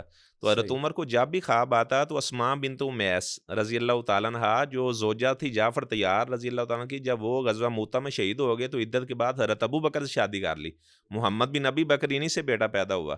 تو حضرت ابو بکر رضی اللہ تعالیٰ کو غسل بھی اسماء بنت امیس نے دیا تھا. حضرت عمر نے ان سے پوچھا کہ اس خواب کی تعبیر کیا ہے؟ تو وہ فرمانے لگے کہ امیر المومنین مجھے ایسے لگتا ہے کہ آپ کا اللہ کے پاس جانے کا وقت آ گیا ہے. یعنی پہلے ہی حضرت عمر رضی اللہ تعالیٰ کو اشارات مل چکے تھے. تو مغیرہ بن شعبہ رضی اللہ تعالیٰ کا غلام تھا، وہ کاریگر چکیاں بنایا کرتا تھا. اس نے شکایت کی کہ میرا جو مغیرہ بن شعبہ ہیں رضی اللہ تعالیٰ وہ ٹیکس زیادہ لیتے ہیں. تو حضرت عمر نے پوچھا کتنا ٹیکس لیتے ہیں؟ تو ان کا جی اتنا، ان کا یہ کوئی زیادہ تو نہیں ہے. تو حضرت عمر نے جزیہ مقرر تھا، جو ٹیکس لیا کرتے تھے وہ اپنا وہ اتنا زیادہ مقدار میں نہیں تھا. تو حضرت عمر نے اسے کہا کہ آپ چکی بناتے ہیں تو ایک چکی ہمیں بنا دیں. کہنے لگا جی آپ کو تو ایسی چکی بنا کر دیں دنیا یاد رکھے گی. صحابہ نے کہا امیر المومنین آپ کو دھمکی لگائی اس نے. وہ فرمانے لگے اس نے ایک بات کی ہے تو اس بات پر اس پر کوئی قانونی کارروائی نہیں کی جا سکتی. تو اس نے کوئی اقدام ایسا کیا ہی نہیں ہے. تو فجر کی نماز پڑھانے کے لیے آئے. عمر بن میمون رحمہ اللہ بیان کرتے ہیں کہ فجر کی نماز میں وہ اکثر سورہ یوسف پڑھا کرتے تھے یا سورہ نحل پڑھا کرتے، یہ اس طرح لمبی صورت پڑھا کرتے تھے. بعض کا تو یہ بھی ان کے ملتا ہے سیرت میں کہ سورہ یوسف پڑھتے جب اس آیت پر پہنچتے انما اشکو بثی و حزنی، حضرت یعقوب علیہ السلام نے کہا کہ میں اپنے شکوے شکایت اللہ کے سامنے پیش کرتا ہوں. حضرت عمر زاروں قطار روتے حتیٰ کہ کئی دن تک بیمار ہو جاتے. تو سورہ یوسف ایسے ابھی انہوں نے آغاز ہی کیا تھا کہ وہ ابو لولو فیروز مجوسی وہاں چھپا ہوا تھا ممبر کے پیچھے 2 دھاری خنجر لے کر. تو وہ نکلا وہاں سے، اس نے حضرت عمر رضی اللہ تعالیٰ عنہ اندھیرے میں نماز صحابہ پڑھا کرتے تھے. ہمارے مسلمان تو جب سورج کی روشنی نمایاں ہو جاتی تب نماز پڑھے تھے، صحابہ کا یہ طریقہ نہیں تھا. تو اندھیرے میں نماز پڑھنا آپ صلی اللہ علیہ وسلم کی سنت تھی. تو وہ نکلا تو اس نے 2 دھاری خنجر سے امیر المومنین پر حملہ کر دیا. اور فاقد الصوت عمر، جو لوگ پیچھے تھے حضرت عمر رضی اللہ تعالیٰ کی آواز نہ پہنچی تو وہ سبحان اللہ کہنے لگے. تو جیسے حضرت عمر رضی اللہ تعالیٰ بول گئے تو انہوں نے عبد الرحمن بن عوف رضی اللہ تعالیٰ کا ہاتھ پکڑ کر انہیں مصلی پر کھڑا کیا. فصلی لہم صلاۃ خفیفہ، تو انہوں نے معمولی مختصر نماز پڑھائی. تو انہوں نے پھر جب نماز کے بعد فارغ ہوئے تو وہ جو آدمی تھا ابو لولو فیروز مجوسی، وہ اب ظاہری بات پیچھے کو بھاگنا تھا، اس نے 13 صحابہ کو اس نے زخمی کر دیا. حتیٰ مات من سبعۃ، 7 صحابہ موقع پر شہید ہو گئے. یعنی یہ جو حملہ حضرت عمر رضی اللہ عنہ پہ کیا گیا، یہ اتنا بڑا حملہ تھا کہ جناب عمر امیر المومنین کے علاوہ 13 لوگ مزید زخمی اور 7 موقع پر شہید بھی ہو گئے. اللہ. اچھا وہ دوڑا تھا تو پکڑا نہیں جا رہا تھا, تو ایک صحابی نے اپنا کوٹ اتارا اور اس کے اوپر پھینکا, تو اس نے اب دیکھا کہ میں تو پکڑا جاؤں گا, فنحر نفسا, تو اس نے اپنے آپ کو خنجر مارا اور جہنم واصل ہو گیا. اللہ. اس میں ہم یہ بھی بات کہہ سکتے ہیں کہ تاریخ اسلام میں جو پہلا خودکش حملہ ہے وہ ابو لولو فیروز نے کیا اور امیر المومنین پہ کیا ہے, اور اس کے ساتھ اس نے دیگر صحابہ کو بھی زخمی اور شہید کیا ہے. یہاں پہ ایک اور بات بھی ہم کریں, جیسے خودکش بم پھٹتا ہے جب اٹیک ہوتا ہے, بندہ ایک ہی ٹارگیٹ ہوتا ہے نا, لیکن اس کے ساتھ کئی لوگ جاتے ہیں, تو یہ تقریباً اسی طرح کا یہ اسلام کا پہلا حملہ مسجد نبوی میں جنت کے ٹکڑے پر مصلی رسول پر حضرت عمر رضی اللہ تعالیٰ پر ہوا. وہ جو حضرت حذیفہ کی بات ہے نا کہ یہ دروازہ کھولا جائے گا کہ توڑا جائے گا, تو کہا کہ توڑا جائے گا. حذیفہ نے جواب دیا اور ان کو نبی علیہ السلام نہیں بتایا, وہ حدیث ہی کوٹ کر رہے تھے. اس سے پتہ چلتا ہے یہ جو ابو لولو فیروز مجوسی ہے نا, یہ صرف اس کا مسئلہ ایک چکی والا نہیں ہے, یہ جسٹ ایک بہانہ تھا, وہ آیا اس نے تلخ کلامی کی, ایک بہانہ بنایا. اصل میں خلیفہ وقت کے بارے میں ان لوگوں کو, ان یہودیوں بدبختوں کو جن سے آج امت پھر دوبارہ لہو لہو ہے, جن کے ہاتھوں, جنہیں خیبر سے جناب عمر نے نکالا, جزیرت العرب سے نکالنے کی حدیث پر عمل کیا, اور وہ 1500 سال دنیا میں اس کے بعد ذلت و رسوائی سے بسے, اور ان پر اللہ تعالیٰ نے ضربت علیہم الذلۃ والمسکنہ یہ مسلط کر دی. ان کی یہ عالمی سازش تھی, چونکہ اس کے بعد جو حضرت عثمان رضی اللہ تعالیٰ کے 12 سال 8-10 سال تو بہت شاندار فتوحات بڑھتی گئیں, اور ان کے بارے میں بھی جتنا مصر میں شام میں بلوے ہوئے, اور اس کے بعد لابنگ ہوئی, پھر اس کے بعد خلیفہ کے خلاف پروپیگنڈا کر کے پھر بلوا کرنے کے لیے مدینہ میں یہ لوگ آئے. پھر حضرت عثمان کو توقع ہی نہیں تھی یہ میرے قتل تک جا سکتے ہیں. ٹھیک ہے, یہ نا ایک سازش ہے. جب بھی ہم حضرت عمر کی شہادت کی بات کریں نا, تو ہم ساتھ یہ بھی بات کریں کہ اسلام کے عظیم رہنماؤں کو ٹارگٹ کرنا, ان کی ٹارگٹ کلنگ کرنا, انہیں شہید کرنا, یہ دشمنان اسلام کی خفیہ چالوں کا جو ریکٹ ہے انہوں نے بچھایا ہے, یہ اس کا ایک حصہ ہے, اور حضرت عمر رضی اللہ تعالیٰ اس کا ایک نشانہ ہے, اور اول نشانہ ہے, سب سے پہلے ان کو جو ہے وہ شہید کیا گیا ہے. جناب عمر رضی اللہ عنہ کو اس موقع پہ زخمی کیا گیا. جب نماز مکمل ہو گئی تو اس کے بعد کے حالات پھر کیا بیان کیے گئے, ان کی شہادت سب سے پہلے انہوں نے جو بات کی حضرت عمر رضی اللہ تعالیٰ عنہ, کہا کہ عبداللہ بن عباس رضی اللہ تعالیٰ عنہ سے وہ بڑی محبت کرتے تھے, کیونکہ عبداللہ بن عباس جو ہیں ترجمان القرآن تھے, حبر الامہ ہیں, کم عمر ہونے کے باوجود عمر رضی اللہ عنہ کی کمیٹی کا باقاعدہ شورا کا حصہ تھے. ہاں جی, شورا کا حصہ تھے. اور یہ بھی اہل بیت سے محبت کا ثبوت ہے. رحماء بینہم, ان کی آپس میں لڑائیاں نہیں تھیں. اگر ہوتی تو آل عباس کا چشم و چراغ عبداللہ وہ عمر رضی اللہ کے مجلس میں ہوتا. تو حضرت عمر رضی اللہ تعالیٰ سب سے پہلے کہا کہ عبداللہ بن عباس کو بلاؤ, اور انہیں فرمانے لگے انظر من قاتلنی, دیکھو میرے اوپر کس نے حملہ کیا ہے. انہوں نے کہا کہ مغیرہ بن شعبہ کے غلام نے. ان کا اسانہ جو کاریگر تھا ان کا جی, تو کہنے لگے فوراً جو ان کی زبان سے الفاظ نکلے, الحمدللہ الذی لم یجعل میتۃ بیدی راجل ادعی الاسلام, یا اللہ تیرا بہت بڑا احسان ہے کسی ایسے آدمی نے عمر پر حملہ نہیں کیا جو اسلام کا دعویٰ کرتا ہو. بالکل, جس نے یا اللہ تیری زمین پر کبھی سجدہ نہیں کیا, ایسے بندے نے میرے اوپر حملہ کیا ہے. اور اس کے بعد انہیں فکر لاحق ہوئی کہ اپنے بیٹے عبداللہ کو بلایا کہ عبداللہ بیٹا دیکھو میں نے قرض کتنا دینا ہے, تو 86,000 درہم انہوں نے قرض دینے تھے. تو انہوں نے کہا کہ بنو عدی سے سوال کرنا, قریش کے سرداروں سے سوال کرنا, اور میرا قرض ادا کرنا, کیونکہ وہ جانتے تھے قرض تو شہید کو بھی معاف نہیں ہوتا, اس کا معاملہ بھی تب تک پینڈنگ میں رہتا ہے جب تک اس کا قرض ادا نہیں کیا جاتا. تو حضرت عمر رضی اللہ تعالیٰ اس کے بعد کہنے لگے کہ بیٹا عبداللہ, مجھے سب سے زیادہ عزیز بات یہ ہے کہ آپ صلی اللہ علیہ وسلم کی حضرت ابو بکر رضی اللہ عنہ کے قدموں میں جگہ مل جائے. ان کا بجی اب اس کے لیے کیا ہو سکتا ہے. انہوں نے فرمایا بیٹا آپ ایسے کرو کہ حضرت عائشہ رضی اللہ تعالیٰ عنہا ام المومنین کے پاس جاؤ, اور جا کر آپ ان سے کہنا کہ میرے باپ عمر آپ کو سلام کہہ رہے ہیں, اور بیٹا امیر المومنین نہ کہنا. ہو سکتا ہے کہ وہ امیر المومنین کہنے کی وجہ سے ان پر اتباع کرنا جو لازم ہو, تو وہ کہے کہ میں اس شرم و حیا کی وجہ سے وہ امیر المومنین کی اطاعت کے اندر وہ اعتراف نہ کریں. امیر المومنین کی اطاعت کے اندر وہ کہہ دیں کہ ٹھیک ہے میں عمر کو جگہ دے, تو آپ نے امیر المومنین نہیں کہنا. آپ نے کہنا ہے کہ میرے والد صاحب کی خواہش ہے کہ آپ صلی اللہ علیہ وسلم کے قدموں میں جگہ مل سکتی ہے. تو عبداللہ بن عمر رضی اللہ تعالیٰ عنہ فرماتے ہیں میں گیا فواجدہا قاعدۃ تب کی, تو ام المومنین عائشہ رضی اللہ تعالیٰ عنہا بھی رو رہی تھی. تو اسی صدمے سے رضی اللہ عنہ جو زخمی ہو چکے تھے. اور فرماتے ہیں میں نے جا کر یہ بات کی کہ میرے ابا جی کہہ رہے کہ مجھے آپ کے قدموں میں, میرے والد صاحب کا پیغام ہے کہ آپ صلی اللہ علیہ وسلم کی اور خلیفہ اول حضرت ابو بکر کے قدموں میں جگہ مل سکتی ہے آپ کے حجرے میں. تو وہ فرمانے لگی کہ یہ جگہ تو میں نے اپنے لیے رکھی ہوئی تھی کہ یہاں پر میرے شوہر دفن ہیں اور اس طرح جناب میرے والد صاحب دفن ہیں اور حجرہ بھی میرا ہے، حجرہ بھی میرا ہے. لَأُوسِرَنَّ عَلَيَّ عمر، تو میں آج اپنی جان کے اوپر عمر کو ترجیح دیتی ہوں، کیونکہ باقی صحابی تو سارے خود آئے اور عمر تو مراد رسول بن کر آیا. آپ صلی اللہ علیہ وسلم نے اللہ تعالیٰ سے دعائیں کر کر کے عمر کو مانگا اور عمر کی وجہ سے اسلام کو اللہ نے اتنا غلبہ دیا، تو لہٰذا میں اپنے نفس کے اوپر حضرت عمر کو ترجیح دیتی ہوں. وہ بھاگے بھاگے آئے تو آ کر حضرت عمر رضی اللہ تعالیٰ کو بتایا کہ حضرت عائشہ رضی اللہ تعالیٰ عنہا نے اجازت دے دی ہے.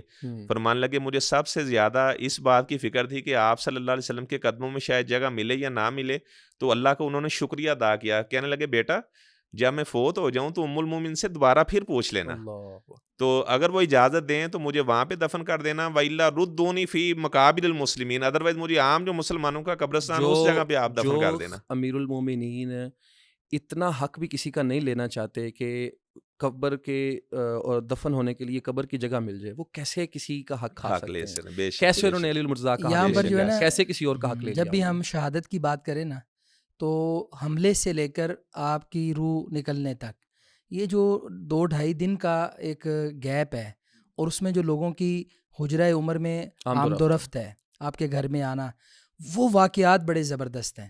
اس میں آپ کا اگلے خلیفہ کے لیے 6 بندوں کی کمیٹی کو نامزد کرنا اور اس کے بعد ان کو تاکید کرنا کہ بھئی آپ عشرہ مبشرہ میں عثمان ہیں، عبد الرحمن بن عوف ہیں اور حضرت علی ہیں اور دیگر صاحب ہیں، تو انہیں کہنا بھی 3 راتوں تک تمہارا یہ فیصلہ ہو جائے. اور حضرت صہیب وہ امیر بھی ہوں گے اور مسجد نبوی پہ مصلی پہ امام و خطیب بھی ہوں گے. 3 راتوں سے پہلے فیصلہ کرنا. پھر حضرت عمر کے پیٹ میں اتنی ضرب لگی ہے، 2 دھاری خنجر لگا ہے، اس کا چونکہ وہ محراب سے نکلا ہے اور آپ چونکہ قیام کی حالت میں تھے، اوپر آپ کے ہاتھ تھے، وہ گردن تک پہنچ ہی نہیں پایا.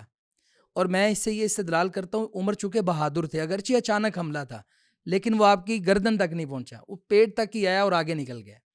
اس قدر شدید زخم تھا کہ دودھ کا پیالہ نبیذ دی گئی، وہ آنتوں سے خارج ہو گئی، پیٹ سے دودھ کا پیالہ پی رہے ہیں، وہ خارج ہو رہا ہے، اور لوگوں کو سمجھ آ گئی کہ امیر المومنین اب دنیا میں تھوڑے دن نہیں ہیں.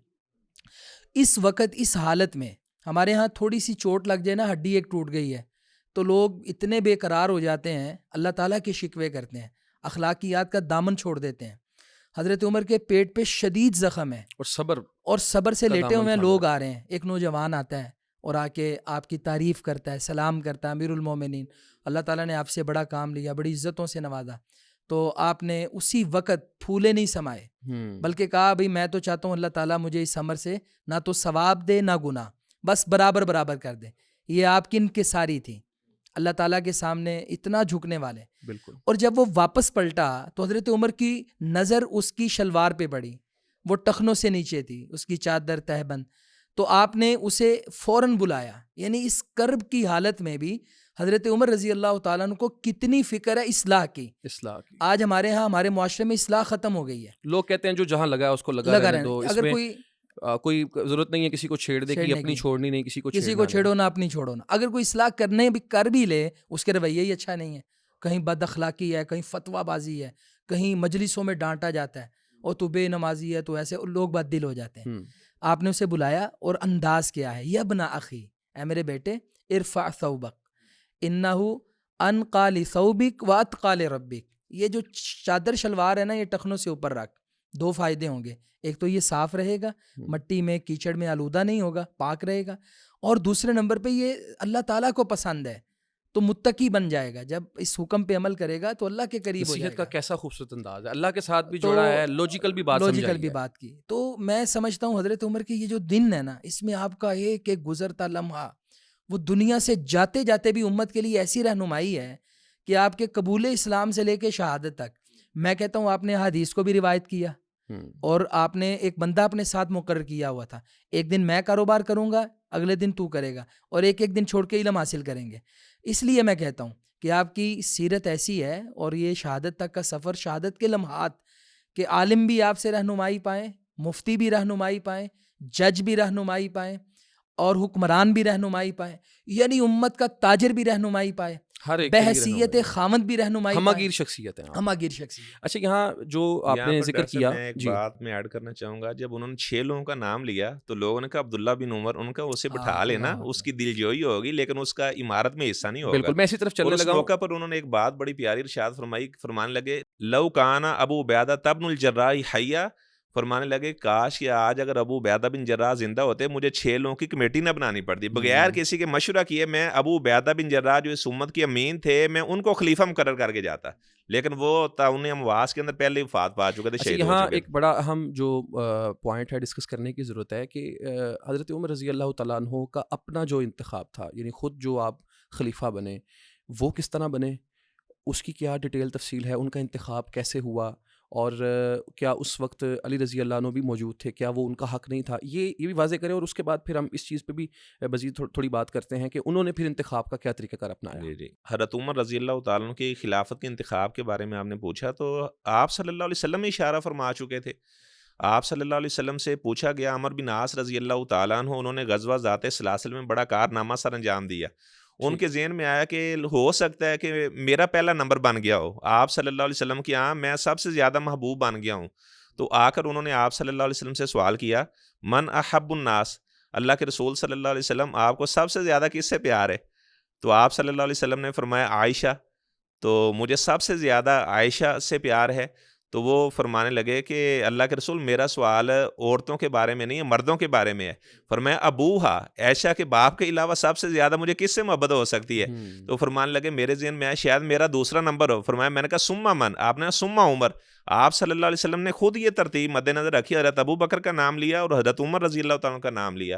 اور آپ صلی اللہ علیہ وسلم اکثر مواقع پر فرمایا کرتے تھے میں داخل ہوا, ابو بکر داخل ہوئے, عمر داخل ہوئے, میں نکلا, ابو بکر نکلے, عمر رسول نکلے. اللہ علیہ السلام کی حدیث میں جو ترتیب تھی وہ یوں ہی تھی, بلکہ عبداللہ بن عمر رضی اللہ تعالیٰ کا بیان ہے, فرماتے آپ صلی اللہ علیہ وسلم زندہ تھے اور ہم یہ باتیں کیا کرتے تھے ابو بکرین ثم عمر ثم عثمان, اس کے بعد ہم کسی صحابی کو دوسرے پر فضیلت نہیں دیا کرتے تھے.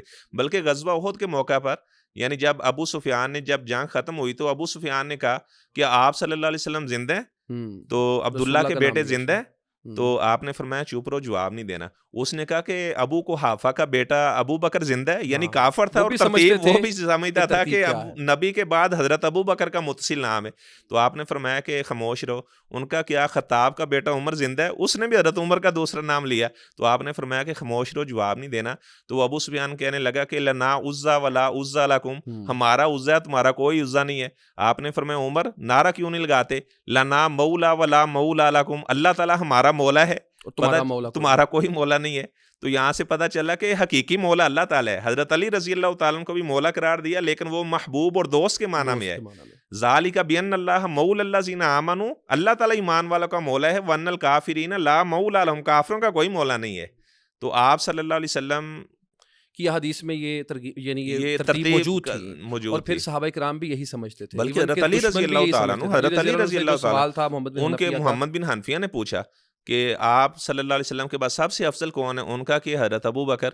کہتے ہیں کہ میں نے کہا پھر کون؟ تو فرمان لگے آپ بیٹا نہیں جانتے. پھر حضرت عمر.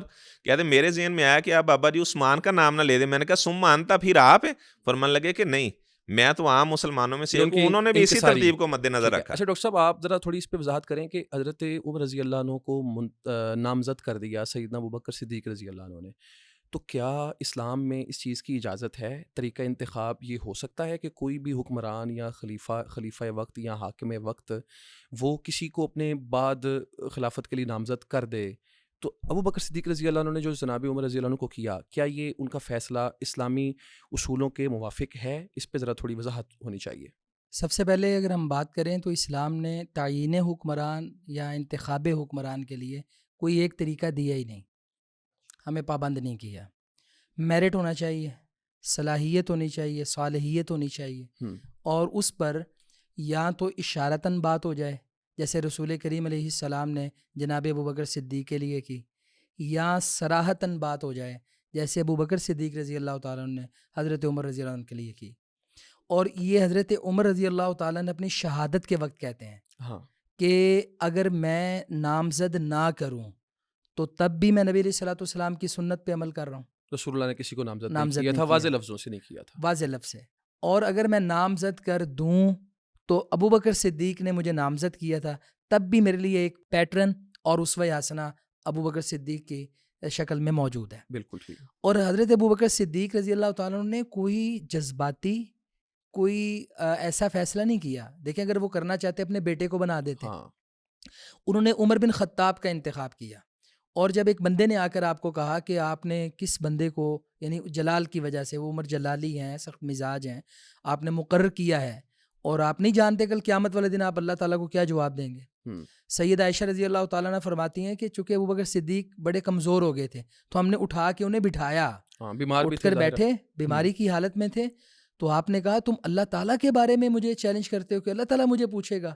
استخلفت علیہم خیرہم، میں نے اس بندے کو اپنے بعد جانشین مقرر کیا ہے جو اس وقت کے تمام لوگوں میں بہتر ہے. میں اپنے اللہ کو یہ جواب دوں گا، اللہ مجھے یہ بہتر نظر آیا، میں نے اسے مقرر کر دیا. دیکھیں بندہ بندہ ہی ہے. ویسے تو انتخاب ابو بکر کا شاندار ہے، اشارے موجود ہے. میں عام حالات کی بات کرتا ہوں. انسان تو انسان ہے نا، اس کے جہاں تک اس کا بس چلے، بس وہ خیانت نہ کرے، وہ حضرت ابو بکر صدیق کی سنت پہ چلے. علیہم خیرہم، وہ میرٹ کو بھی دیکھے، صالحیت کو بھی دیکھے، صلاحیت کو بھی دیکھے اور وہ انتخاب کر سکتا ہے. اور پھر یہاں پہ ایک اور بات میں واضح کر دوں کہ جناب صدیق اکبر رضی اللہ تعالیٰ نامزد کر سکتے تھے، اشارے موجود تھے نبی علیہ الصلوۃ والسلام کے، لیکن آپ نے اس کے باوجود مشورہ کیا. اچھا. اور اس میں عبد الرحمن بن عوف مشورہ بھی کیا. بالکل ٹھیک. اور اس میں عبد الرحمن بن عوف کی روایت ملتی ہے. وہ فرماتے ہیں مجھے جناب صدیق نے بلایا اور جب انہوں نے میرے ساتھ یہ معاملہ شیئر کیا ہے کہ میں انہیں نامزد کر رہا ہوں، تو میں نے کہا کہ عمر کا جو مزاج سخت ہے اس کا کیا بنے گا. تو جناب صدیق نے کہا کہ جب خلافت کا بارے گراں عمر کے کندھوں پہ آئے گا، یہ بھی اللہ تعالیٰ نرمی میں بدل دے گا. اس سے پتہ چلتا ہے کہ آپ نے، یہ تو ایک روایت ہے نا، نہ جانے کتنے لوگوں سے مشورہ کیا ہو اور جو صاحب حل و عقد ہیں ان سے مشورہ کیا. پھر آپ نے جو پیالہ بھیجا، حضرت انس رضی اللہ عنہ فرماتے ہیں کہ جناب صدیق اکبر کو جب یقین ہو گیا کہ بھائی میری موت کا وقت آ گیا ہے، تو آپ نے کچھ سامان جو بیت المال کا تھا کہا یہ عمر کے گھر میں پہنچا دو. اس میں غلام، اور یہ ہے اعلانیہ نامزدگی. یہ ہے اعلانیہ. اور عمر رضی اللہ عنہ کو جب وہ سامان ملا تو ان کی بھی بڑی جذباتی کیفیت، بڑی کیفیت. وہ کیا تھا؟ ایک غلام تھا، ایک پیالہ تھا، دودھ دھونے والا برتن تھا، بس. بلکہ یہاں پر یہ بات میں ساتھ ایڈ کروں گا کہ 8,000 جو حضرت ابو بکر نے 2 سالوں میں 4,000 جو تنخواہ وظیفہ لیا تھا وہ بھی بیت المال میں جمع کر دیا. بلکہ بعض روایت میں یہ بھی آتا ہے کہ سیدہ عائشہ رضی اللہ عنہا کو سیدنا ابو بکر صدیق نے باقاعدہ کہا کہ وہ جو کھجوروں کے باغ تمہیں دیے تھے نا، لاؤ واپس کرو. تو انہوں نے کہا، وہ روئیں، ان کے یعنی وفات کی جو ایک خبر ان کو دکھ رہی تھی کہ ہونے والا یہ معاملہ، تو وہ روئیں. تو کہنے لگے کہ یہ اگر میں تمہیں نہ دیتا تو تم مالک تو نہیں بن سکتی تھی نا، یہ بیت المال یہ بھی واپس جائے گا. گو کہ جو حق تھا وہ بھی لٹا دیا سارا. اور یہ سب سامان جب حضرت عمر رضی اللہ عنہ کو بھیجا تو ان کی بڑی جذباتی کیفیت تھی. اور وہ الفاظ جو انہوں نے کہے تھے وہ میں چاہتا ہوں کہ آپ ذرا دہرائیں. ان کے پاس جب ساز و سامان سارا آیا تو وہ کہنے لگے کہ اللہ کی قسم ہے، ابو بکر نے اپنے بعد والوں کو بڑا مشکل میں ڈالا. من بعدہ تعابا شدیدا. آپ نے تو اپنے بعد جتنے بھی لوگ آنے والے انہیں بڑی سخت مشکل. اچھا کیا مشکل تھی بھلا؟ ابو بکر صدیق نے رضی اللہ تعالیٰ عنہ پاور اور سارے وسائل، اسباب، سب کچھ ہونے کے باوجود، اور حضرت ابو بکر صدیق کے دور میں تقریباً 10 لاکھ مربع میل تک اسلام کا جھنڈا پھیل چکا تھا اور وہاں پہ علم لہرایا جا رہا تھا. اس اتنی بڑی سلطنت کے باوجود ابو بکر نے پیغام دیا، عمر بحیثیت حکمران تجھے اس زہد میں، سادگی میں گزارا کرنا پڑے گا. یہ تھا پیغام، یہ تھی مشکل کہ جب آپ امیر بنیں گے نا، پروٹوکول نہیں ہوں گے، لمبی لائنیں نہیں ہوں گی، محلات نہیں ہوں گے. یہ دودھ کا برتن ہے اور یہ مٹی کا پیالہ ہے اور یہ کھجور کی صف ہے، بس. اور وہ بھی آخر پہ چھوڑ دیا، سب کچھ چھوڑ دیا اور دیا. یہ ہے اتعابا شدیدا، مشکل میں ڈالا. اچھا، اس کا نتیجہ یہ نکلا کہ جو انتخاب حکمران ہے اسلام میں، ایک خلیفہ وقت کو یہ اجازت ہے کہ وہ مشاورت کے ساتھ یا جس کو وہ مناسب سمجھتا ہے مقرر کر سکتا ہے. مقرر نہیں بھی کرتا، لوگوں پہ فیصلہ چھوڑ دیتا ہے، یہ بھی درست ہے. اور تیسرا طریقہ کار وہ ہے جو حضرت عمر رضی اللہ عنہ نے اختیار کیا، اپنی یہ جو زخمی ہونے کا جو وقت تھا اس میں بھی نا جو لوگوں کی بات ہے نا، لوگوں پہ چھوڑنا، عوام پہ نہیں چھوڑنا. وہ عمر رضی اللہ عنہ کی طرف میں اس لیے آیا ہوں نا کہ وہ انہوں نے کیا طریقہ کار انتخاب کیا. انہوں نے یہ طریقہ کار انتخاب کیا کہ اس وقت جو 6 صحابہ تھے، عبد الرحمن بن عوف، حضرت علی، حضرت عثمان، حضرت طلحہ، حضرت سعد اور زبیر، یہ 6 صحابہ جو عشرہ مبشرہ میں سے حیات تھے اس وقت. آپ نے امت میں سب سے بہترین ان کو پایا. تو آپ نے کہا بھی یہ آپ ایک کمیٹی بن جائیں اور کسی ایک بندے کا 3 راتوں سے پہلے میرے جنازے کے بعد آپ نے انتخاب کرنا ہے. اچھا 3 راتیں نہ گزریں. اور یہ میرا بیٹا عبداللہ بن عمر ہے, اس میں کوئی حصہ نہیں. مشورہ لینا چاہو تو لے سکتے ہو, وگرنہ یہ اس کا حصہ نہیں ہے. وہ جب حضرت عمر رضی اللہ تعالیٰ شہید ہو گئے نا, اب یہ حضرت عبد الرحمن بن عوف عظیم تاجر عشرہ مبشرہ کا لقب پانے والے, ان میں جنتی بشارت کے ایک صحابی, یہ جو تھے نا, یہ چاہتے نا تو اس وقت 22 لاکھ مربع میل پر قابض ہو سکتے تھے. ایک اپنے نام کے ساتھ ٹائٹل کے ساتھ امیر المومنین, آج کے دور میں وزیر اعظم, صدر لکھوا سکتے تھے, سالار اعظم لکھوا سکتے تھے. پیسے والے بھی تھے. آج کے ہمارا سارا دور حکومت سرمایہ کاری پہ چلتا ہے, بالکل سرمایہ دارانہ نظام ہے یہ سارا. لیکن آپ نے اس سے کنارہ کشی اختیار کی. آپ نے اس موقع پر کہا دیکھو بھائی ایسا کرتے ہیں کہ نا اگر آپ لوگ مجھے منصف مان لیں تو میں دستبردار ہونے کو تیار ہوں. انہوں نے کہا ٹھیک ہے. کہا چلو میں تو دستبردار ہوا نا, 5 رہ گئے پیچھے. اب میں نہیں, 5 رہ گئے. پھر آپ نے کہا ایسا کرو کہ ایک ایک بندہ ایک ایک کے حق میں دستبردار ہو جاؤ. تو حضرت سعد نے کہا میں عبد الرحمن کے حق میں, زبیر نے کہا میں علی کے حق میں, اور حضرت عثمان کے حق میں طلحہ, وہ کہتے میں دستبردار ہونے کے تیار ہوں رضوان اللہ علیہ مجمعین. اس طرح یہ دستبردار ہو گئے اور پیچھے رہ گئے 3, ایک منصف وہ ویسے ہی اس کے خواہش مند نہیں, اور 2 امیدوار, ایک حضرت عثمان اور ایک حضرت علی. اب عبد الرحمن بن عوف رضی اللہ تعالیٰ عنہ کی 3 جو راتیں تھیں نا, یہ بستر پہ نہیں گزریں. بہت زیادہ آپ مشورہ کر رہے تھے, اور مشورہ عام لوگوں سے نہیں کر رہے تھے کہ عرابی دیہاتی جو آ رہا ہے, مسافر آ رہا ہے, اس سے مشورہ ہو رہا ہے جو بھائی ووٹ دو بھائی. مشورہ ڈیموکریسی کا یہاں سے اصحاب الرائے, ڈیموکریسی کا رد ہو جو اصحاب الرائے ہیں, جو اور اس چند چیز لوگ کی ہوتے اہلیت ہیں ان سے مشورہ ہو رہا تھا. اور بھائی تم علی کو ووٹ ڈالو یا عثمان کو, یہ اختیار ہے نہیں. مشورہ ہوا, اور مسور بن مخرمہ رضی اللہ تعالیٰ فرماتے ہیں کہ رات کو, آدھی رات کو میرا دروازہ عبد الرحمن بن عوف نے کھٹکھٹایا. میں سو رہا تھا, تو آپ نے کہا تو آرام سے سو رہا ہے اور امت آزمائش میں پڑی ہوئی ہے, مجھے تو نیند نہیں آ رہی, امت کو ہم نے ایک بڑے فتنے سے بچانا ہے. سو حضرت عبد الرحمن بن عوف نے پھر انٹرویوز کیے, یہ بخاری میں ہے. حضرت عثمان کے پاس گئے, آپ کے پاس دوہرے داماد ہونے کی ڈگری ہے, اعزاز ہے, جنت کی بشارت ہے, سارے فضائل سنائے. اگر میں علی کو, پھر حضرت علی کے فضائل بتا کے کہا کہ ان کو اگر میں نامزد کر دوں آپ بیعت کریں گے؟ فرمایا میں کروں گا. اللہ. پھر حضرت علی کے پاس گئے, انہیں کہا کہ آپ کو اللہ تعالیٰ نے یہ اعزاز دیا, حضرت عثمان کو یہ دیا, اور کہا کہ اگر میں انہیں نامزد کر دوں آپ بیعت کریں گے؟ فرمایا دونوں ایک دوسرے کے حق میں دستبرداری کا اعلان کر رہے ہیں. ایک مطلب جو بھی, اگر آپ چونکہ منصف ہیں, جس کو کریں گے بیعت پہلے ہم کریں گے. یہاں پر نا ایک نکتہ ہے, اور دیگر کتابوں میں ملتا ہے, کہ حضرت عبد الرحمن بن عوف نے حضرت عثمان سے پوچھا کہ اگر آپ کو خلافت ملے تو آپ کس پیٹرن پہ چلائیں گے؟ انہوں نے کہا اللہ, اس کے رسول, وعلی طریقۃ الشیخین, اور ابو بکر عمر کے رستے پہ چلوں گا. حضرت علی سے پوچھا, انہوں نے کہا اللہ اور اس کے رسول کے رستے نقش قدم پہ چلوں گا. تو عبد الرحمن بن عوف, یہ مورخین نے, یہ روایت صحیح ہے, وہ یہاں پر یہ استدلال کرتے ہیں کہ چونکہ حضرت عثمان عمر میں بھی بڑے تھے, اور عبد الرحمن بن عوف بھی چونکہ 70+ سے شہید ہوئے ہیں, کچھ دیر کے بعد وفات پائی ہے انہوں نے سوچا کہ جو بندہ کہہ رہے ہیں نا علی طریقۃ الشیخین, اس سے یہ تسلسل آگے بڑھے, یہ زیادہ سینئر ہے. اور انہوں نے پھر حضرت عثمان کا فیصلہ کیا, مدینے والوں کو جمع کیا اور اعلان کیا, ان کے فضائل بیان کیے, اور یہ دونوں واقعات بیان کیے کہ علی بھی تیار ہیں عثمان, اور عثمان بھی تیار ہیں علی کی بیعت کے لیے. سب سے پہلے خود بیعت کی, پھر حضرت علی کو کہا آپ بیعت کریں, پھر عام مدینے والوں نے بیعت کی, اس کے بعد یہ بیعت کا سلسلہ اسلامی سلطنت میں. اب ہم اختتام اور تکمیل کی طرف چلتے ہیں. حضرت عمر رضی اللہ تعالیٰ عنہ پہ حملہ ہوا اور آپ زخمی رہے, اس کے بعد آپ کی شہادت ہوتی ہے. شہادت کی جو تاریخ ہے ہمارے ہاں تو جو رائج ہے 1 محرم الحرام ہے, اس کا حقیقت کے ساتھ کتنا تعلق ہے؟ کیا وہ شہادت 1 محرم الحرام کو ہی ہوئی, یا اس سے 1-2 دن پہلے, یا اس میں کیا حقیقت اور صحیح بات کیا ہے؟ مسند روایات میں جو ملتا ہے وہ اپنا یا 23 کو حملہ ہوا, یا 25 کو, یا 26 کو ملتا ہے. اس کے بعد 2-3 دن بعد آپ زندہ رہیں. اور جب حضرت عمر رضی اللہ تعالیٰ پر حملہ ہوا تو عبداللہ بن عباس فرماتے میں باہر نکلا تو چھوٹے چھوٹے بچے بھی رو رہے تھے. ہر کسی کو ایسے لگ رہا تھا جیسے ان کے کسی گھر کے فرد کے اوپر حملہ ہوا ہے. ایسے لگا جیسے یتیم ہو گئے. لم تصیبہم مصیبۃ قبل یومئذ, مسلمانوں کو جیسے اس سے پہلے کبھی کوئی مصیبت پہنچی نہیں ہے. بلکہ عبداللہ بن مسعود رضی اللہ تعالیٰ عنہ جب حضرت عمر کا ذکر کرتے تو ان کی داڑھی آنسوں سے تار ہو جاتی، اور وہ فرمایا کرتے تھے کہ عمر کا اسلام قبول کرنا، اسے اسلام کو عزت ملی، ان کی جو خلافت تھی اسے اسلام کو غلبہ ملا، اور فرمایا کرتے تھے مجھے ایسے لگتا ہے حضرت عمر کی شہادت پر ہر درخت بھی اشک بار تھا۔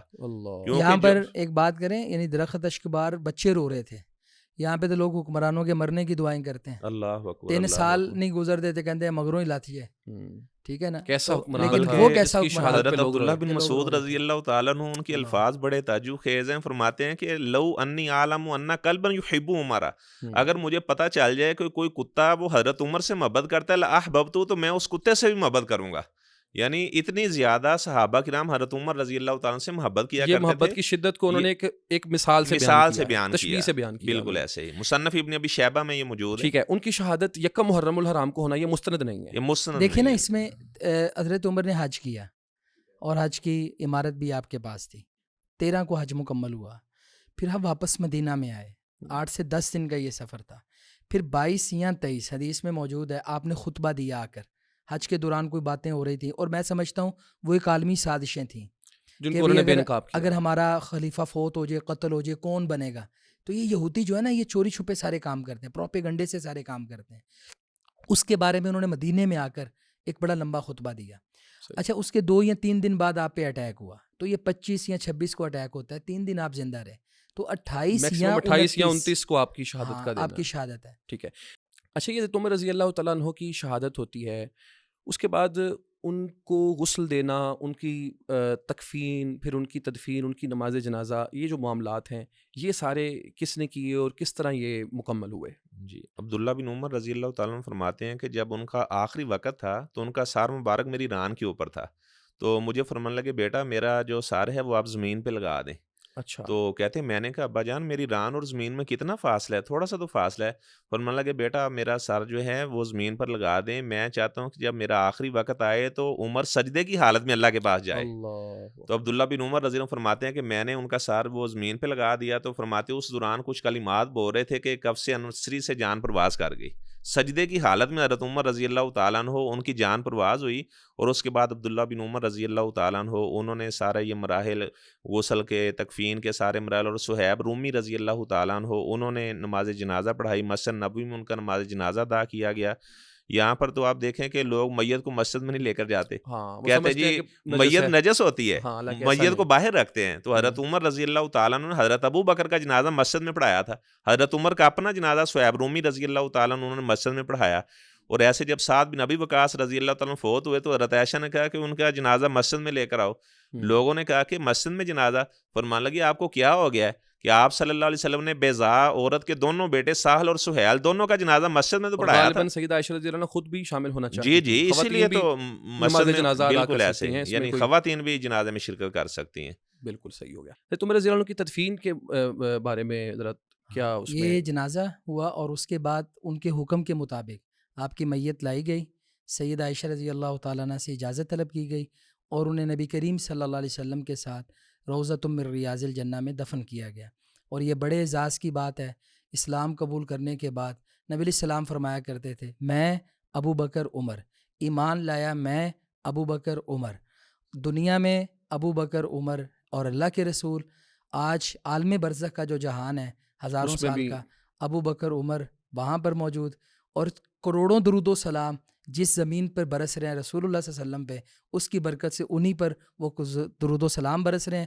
قیامت والے دن جب اس روزے سے نکلیں گے تو ابو بکر عمر، اور انشاءاللہ یہ حضرت عمر کا جو ہم نے تذکرہ سنا ہے، اللہ تعالیٰ ان کی شہادت قبول فرما لے، اور جہاں وہ لیٹے ہیں کروڑوں رحمتیں فرمائے، قیامت والے دن ہم سب کو ابو بکر و عمر کے ہاتھوں جامع کوثر عطا فرمائے۔ بالکل صحیح۔ اور یہ جو جملے آپ نے آخر پہ بولے یہ حضرت علی رضی اللہ عنہ کے جملے ہیں، جو انہوں نے حضرت عمر رضی اللہ عنہ کی شہادت پہ جنازے کے موقع پہ کھڑے ہو کے کہے، امید کرتا ہوں یجعل اللہ ما صاحبیک، اور ہاتھ عبداللہ ابن عباس کے کندھے پہ تھا، تو کہتے ہیں جب مڑ کے دیکھا تو وہ علی بن ابی طالب تھے، جن کی آپس کی محبت یہ ہے، ان کو ایک دوسرے کا دشمن باور کروانا یہ واقعتاً کسی دشمن کی سازش ہو سکتی ہے، اسلام اور رسول اللہ اور دین کے محب کا کول یا اس کا ایسا عقیدہ کبھی بھی نہیں ہو سکتا۔ تو بلکہ وہاں پہ مسجد نبوی میں دروازے ہیں، بابو ابی بکرین بابو عمر، تو بعض ایسا طبقہ ہے وہ اس دروازے سے داخل ہی نہیں ہوتے. تو ایک عربی اسکالر نے بڑا پیارا جواب دیا, وہ کہنے لگے کہ عمر میں حیران ہوتا ہوں, جب آپ زندہ تھے تو شیطان اس وقت بھی آپ سے رسول اللہ ڈرتے نے تھے, تب بھی کہا تھا. آپ کے نام کی اتنی ضرورت ہے کہ آپ بھی کچھ ایسا طبقہ جو آپ کے نام سے بھی جو اللہ روب تعالیٰ اور دبدبہ ان کھاتا ہے. کو ہدایت دے.